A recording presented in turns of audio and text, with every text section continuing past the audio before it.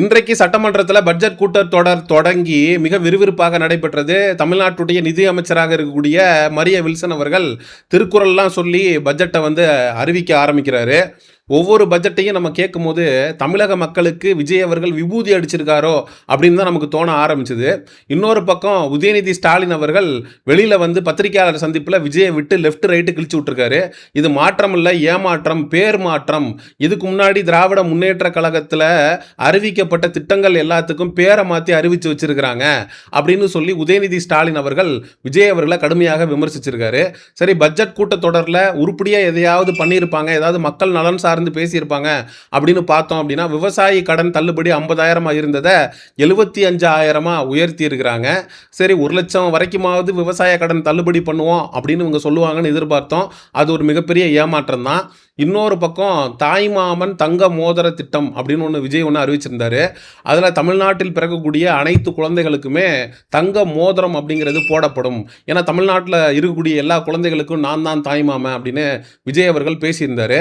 ஆனால் இப்போ பட்ஜெட்டில் என்ன அறிவிச்சிருக்கிறாங்க அப்படின்னா, கவர்மெண்ட் ஹாஸ்பிட்டலில் அரசாங்க மருத்துவமனையில் பிறக்கக்கூடிய குழந்தைகளுக்கு மட்டும்தான் தங்க மோதிரம் அப்படிங்கிறது கொடுக்கப்படும் அப்படின்னு சொல்லியிருக்காரு. இதே மாதிரி தான் மின்சாரத்தை நாங்கள் 200 யூனிட் இலவசமாக கொடுக்க போகிறோம் எல்லாருக்கும் அப்படின்னு சொல்லியிருந்தாரு. அதுக்கப்புறம் 500 யூனிட்டுக்குள்ளே பயன்படுத்தக்கூடிய நபர்களுக்கு 200 யூனிட் அப்படின்னு விஜய் அவர்கள் பிளேட்டை மாற்றினார். அதே போல தான் இந்த தாய்மாமன் தங்க மோதிர திட்டம் அப்படின்னு விஜய் அவர்களுக்கு ஓட்டு போட்டவங்கெல்லாம், அப்பா நமக்கு குழந்தை பிறந்தா விஜய் அவர்கள் தங்கத்தில் மோதிரம் போட போறாரு அப்படின்னு பகல் கனவு கண்டுகிட்டு இருந்தாங்க. அவங்க எல்லாருக்கும் விஜய் அவர்கள் விபூதி அடிச்சு விட்டுருக்காரு. அதனால நீங்க குழந்தைய கவர்மெண்ட் ஹாஸ்பிட்டலில் பெற்றுக்கிட்டா மட்டும்தான் உங்களுக்கு தங்க மோதிரம் அப்படிங்கிறது கிடைக்கும். தமிழ்நாட்டில் நடக்கக்கூடிய ஒவ்வொரு கல்யாணத்துக்குமே அந்த மணப்பெண்ணுக்கு 8 கிராமில் நாங்கள் தங்க காசும் ஒரு பட்டு புடவையும் எடுத்து கொடுப்போம் அப்படின்னு சொல்லி விஜய் தரப்பு தேர்தல் பிரச்சாரத்தின் போது சொல்லியிருந்தது. அதை இன்னைக்கு பட்ஜெட்டில் பேசும்போது 800 கோடி ரூபாய் வரைக்கும் நாங்கள் அந்த திட்டத்துக்காக ஒதுக்குறோம் அப்படின்னு சொல்லியிருந்தாங்க. தமிழ்நாட்டில் வருஷத்துக்கு குறைஞ்சது 6 லட்சம், அதிகபட்சம் 7 லட்சம் திருமணங்கள் வரைக்கும் நடக்குது. இதுக்கு நீங்கள் 8 கிராம் வீதம் தங்கத்தை நீங்கள் ஒதுக்கி தங்க காசு கொடுக்குறீங்க அப்படின்னா 6,000 கோடியிலிருந்து 8,000 கோடி ரூபாய் வரைக்கும் செலவாகும். ஆனால் நீங்கள் 10%, அதாவது 800 கோடியை மட்டும்தான் நீங்கள் ஒதுக்கியிருக்கீங்க அப்படின்னா நீங்கள் தமிழ்நாட்டில் நடக்கவிருக்கக்கூடிய அனைத்து மணமகள்களுக்கும் 8 கிராமில் நீங்கள் தங்கம் கொடுக்க போறீங்களா, இல்லை தமிழக வெற்றி கழகத்தை சேர்ந்த நிர்வாகிகளுடைய திருமணத்திற்கு அந்த மணப்பெண்களுக்கு மட்டும் நீங்கள் 8 கிராமுக்கு தங்கம் கொடுக்க போறீங்களா அப்படிங்கிற கேள்வி எழுந்திருக்கு. விஜய் அவர்கள் தமிழ்நாட்டில் இருக்கக்கூடிய எல்லா குழந்தைகளுக்கும் நான் தாய்மாம அப்படின்னு சொல்றாரு. இன்னைக்கு மரிய வில்சன் அவர்கள் சொல்றாரு, விஜய் மாமா விஜய் மாமா விஜய் மாமான்னு தமிழ்நாட்டில் இருக்கக்கூடிய குழந்தை செல்வங்கள் எல்லாம் சொல்றாங்க அப்படின்னு சொன்னாரு. அந்த குழந்தைகள் கவர்மெண்ட்ல ஹாஸ்பிட்டலில் பிறக்கக்கூடிய குழந்தைகளுக்கு மட்டும்தான் விஜய் தாய்மாமனா? அதே போல 6 லட்சம் கல்யாணம் நடக்குது ஒரு வருஷத்துக்கு. அப்படிங்கிறப்ப நீங்க 6,000 கோடி பட்ஜெட் ஒதுக்க வேண்டிய இடத்துல வெறும் 800 கோடி ரூபாய் மட்டும் ஒதுக்கியிருக்கீங்கன்னா அப்போ நீங்க எதன் அடிப்படையில் நீங்க இந்த 8 கிராம் தங்கத்தை கொடுக்க போறீங்க, யாருக்கு கொடுக்க போறீங்க அப்படிங்கிற கேள்வி எழுந்திருக்கு. இல்ல ஏழ்மை நிலையில வறுமை கோட்டுக்கு கீழே இருக்கக்கூடிய பெண்களுக்கு 8 கிராம் தங்கம், அதுக்கப்புறம் ஒரு பட்டு புடவை அப்படின்னா நீங்க அதை முன்னாடியே அறிவிச்சிருக்கணும். தமிழ்நாட்டில் இருக்கக்கூடிய பெண்களுக்கு, இளம் பெண்களுக்கு, கல்யாணமாகாத பெண்களுக்கெல்லாம் நான் அண்ணன், பிறக்கக்கூடிய குழந்தைகளுக்கெல்லாம் நான் தாய்மாமன் அப்படின்னு சொல்லி வாயளவில் விஜய் பேசுறாரே தவிர பட்ஜெட்ல செயல் வரைவில் செயல் திட்டத்தில் அதுக்கான முயற்சியை விஜய் அவர்கள் எடுத்த மாதிரியே தெரியலையே. எடப்பாடி பழனிசாமி அவர்கள் இந்த பட்ஜெட் அப்படிங்கிறது ஏமாற்றம் அளிக்குது அப்படின்னு அவர் ஒரு பக்கம் பேட்டி கொடுக்குறாரு. இன்னொரு பக்கம் கல்விக்காக இவங்க ஒதுக்கின பட்ஜெட் அப்படிங்கிறது 44,000 கோடி, திமுக ஆட்சியில் 48,000 கோடி ரூபாய் வரைக்கும் பட்ஜெட்டுங்கிறது கல்விக்காக ஒதுக்கப்பட்டிருக்கு. இதைத்தான் உதயநிதி ஸ்டாலின் அவர்களும் கேட்குறாரு. மாற்றம் நீங்க எங்களுடைய ஆட்சி காலகட்டத்தில் 48,000 கோடி ஒதுக்கணும், நீங்க 44,000 கோடி ஒதுக்கிருக்கீங்க, ஏன் கம்மியா ஒதுக்கிருக்கீங்க அப்படின்னு கேள்வி கேட்கிறாரு. அப்போ தமிழ்நாட்டில் இருக்கக்கூடிய மாணவர்களுடைய எதிர்காலத்தின் மீது தமிழக வெற்றி கழக அரசுக்கு அக்கறை இருக்கா இல்லையா? இந்த பட்ஜெட்டை கேட்கும் போது நமக்கு ஒரு செந்தில் காமெடி தான் ஞாபகத்துக்கு வருது. செந்தில் ஒரு ஹோட்டல் ஓனராக இருப்பார். அதில் ஒரு பிச்சைக்காரன் செந்தில் அவர்கள், ஐயா நீங்கள் 100 வருஷம் நல்லா இருக்கணும் அப்படிம்பாரு. அதுக்கு ஏய் சாமிக்கு 2 இட்லி பார்சல் கட்டு அப்படிம்பாரு. அதுக்கப்புறம் ஐயா உங்க குழந்தைகள் எல்லாம் ரொம்ப நல்லா இருக்கணும் அப்படிம்பாரு. ஏய் சாரிக்கு 2 வடை பார்சல் கட்டு அப்படிம்பாரு. அப்படியே செந்தில புகழ்ந்து பேசிக்கிட்டே இருப்பாரு. சாருக்கு ஒரு தோசை பார்சல் கட்டு, சாருக்கு ஒரு பொங்கல் பார்சல் கட்டு அப்படின்னு சொல்லிட்டே இருப்பாரு. அதே போல தமிழ்நாட்டு மக்களுக்கு குழந்தைகளுக்கு மோதிரம், அதுக்கப்புறம் பெண்களுக்கு தாலிக்கு தங்கம், பட்டு புடவை அப்படின்னு சொல்லிட்டு விஜய் பாட்டுக்கு அடுக்கிக்கிட்டே போயிட்டு இருந்தார்.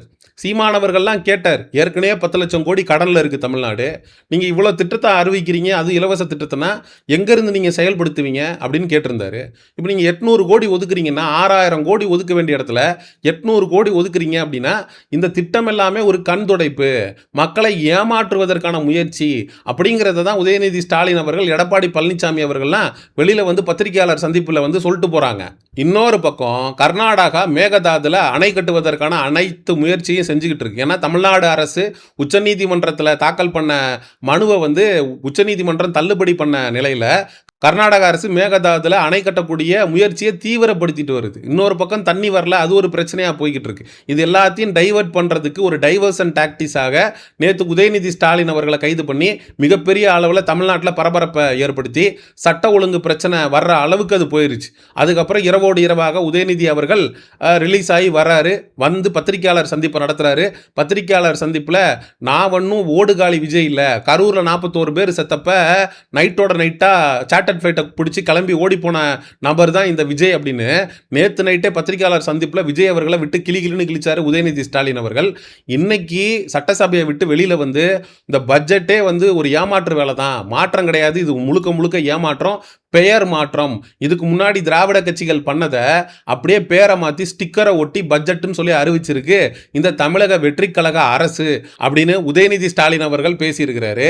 ஆக மொத்தத்தில் விஜய் அவர்களுக்கு ஓட்டு போட்டு நமக்கு மாற்றம் நடந்துரும், நம்மளோட குழந்தைகளுக்கு மோதிரம் வந்துடும், நம்மளுடைய பெண்களுக்கு கல்யாணம் பண்ண போகிறோம் அப்படின்னா 8 கிராமில் தங்க காயின் வந்துடும், பட்டு புடவை வந்துடும் அப்படின்னு நினைத்து கொண்டிருந்த நபர்கள் எல்லாத்திற்குமே விஜய் அவர்கள் விபூதி அடித்திருக்கிறார் அப்படின்னு தான் நம்ம பார்க்க வேண்டியிருக்கு.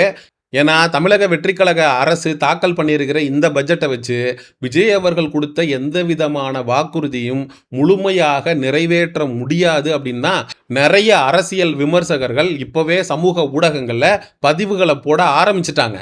உதயநிதி ஸ்டாலின் அவர்கள் கேட்குறாரு, நாங்கள் அவ்வளோ கேள்வியை எடுத்து முன்வைக்கிறோம், விஜய் தரப்புல இருந்து பதிலே வரமாட்டேங்குது, முதலமைச்சரை நோக்கி நாங்கள் கேள்வி கேட்குறோம் அப்படின்னா பொதுப்பணித்துறை அமைச்சர் ஆதவர்ஜுனா பதில் சொல்லிட்டு இருக்காரு, நாங்கள் கேட்கக்கூடிய கேள்விக்கு முதலமைச்சர் பதிலே சொல்ல மாட்டார் அப்படின்னா நாங்கள் எதுக்குங்க இந்த அவையில் உட்காரணும், எதுக்கு சட்டமன்ற கூட்டத்தொடர் நடக்கணும், பட்ஜெட் கூட்டத்தொடர் நடக்கணும், அவர் பாட்டுக்கு இப்படியே உட்காந்துருக்காரு, பாயிண்ட் வரட்டும் அப்படின்னு ரஜினி முருகன் திரைப்படத்தில் 3 பேர் உட்காந்துருப்பாங்களா, ஏன்னா பஞ்சாயத்தே ஃபைனலுக்கு வந்துருச்சு, இன்னுமாடா பாயிண்ட் வரட்டும் சொல்லிட்டு இருக்கீங்க அப்படின்னு சொல்லி சூரி சொல்லுவாப்ல, அது மாதிரி இப்படியே உட்கார்ந்துருக்காருன்னா அவர் எதுக்கு அங்க உட்காரணும், எதுக்கு அந்த பட்ஜெட் கூட்டத்தொடர் நடக்கணும், எதுக்கு இவங்க கேள்வி கேட்கணும். நிதியமைச்சர் மரிய வில்சனுக்கு பேசவே தெரியல, திருக்குறளை தப்பா சொல்றாரு, அதுக்கப்புறம் பட்ஜெட் கூட்டத்தொடர் அதை பார்த்து படிக்கிறதுக்கு கூட திணறி படிக்கிறாரு.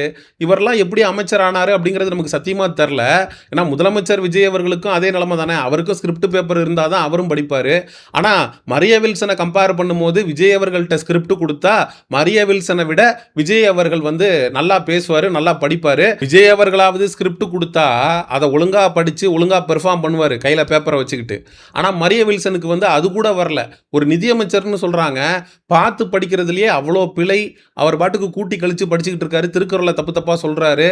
நிதியமைச்சர் மரிய வில்சனுடைய பேச்சு எந்த அளவுக்கு திணறிச்சோ அதே அளவுக்கு தமிழக வெற்றி கழக அரசு அறிவிச்ச இந்த பட்ஜெட்டும் திணறுன்னு திணறி இருக்கு. தமிழக வெற்றி கழக அரசு தமிழக மக்களுக்கு இந்த பட்ஜெட் மூலமாக விபூதி அடிச்சிருக்கு அப்படின்னு சொல்லி இந்த காணொலியை நிறைவு செய்கிறேன். மக்களாகிய நீங்கள் விஜய்க்கு தங்க மோதிரம், பட்டு புடவை, அதுக்கப்புறம் 8 கிராமில் தங்கம் அப்படின்னு நினச்சி ஓட்டு போட்டிருப்பீங்க. இன்றைக்கி விஜய் அவர்கள் உங்களுக்கெல்லாம் விபூதி அடிச்சிருக்கிறத பற்றி மக்களாகி நீங்கள் என்ன நினைக்கிறீங்க அப்படிங்கிற உங்களுடைய கருத்துக்களை மறக்காமல் கமெண்ட் செக்ஷனில் சொல்லுங்கள். சமூக நிகழ்வு, அரசியல் சார்ந்த பதிவுகளுக்கு சயோனிசம் சேனலை சப்ஸ்கிரைப் பண்ணுங்கள். அடுத்த ஒரு காணொலி பதிவில் சந்திப்போம். நன்றி, வணக்கம்.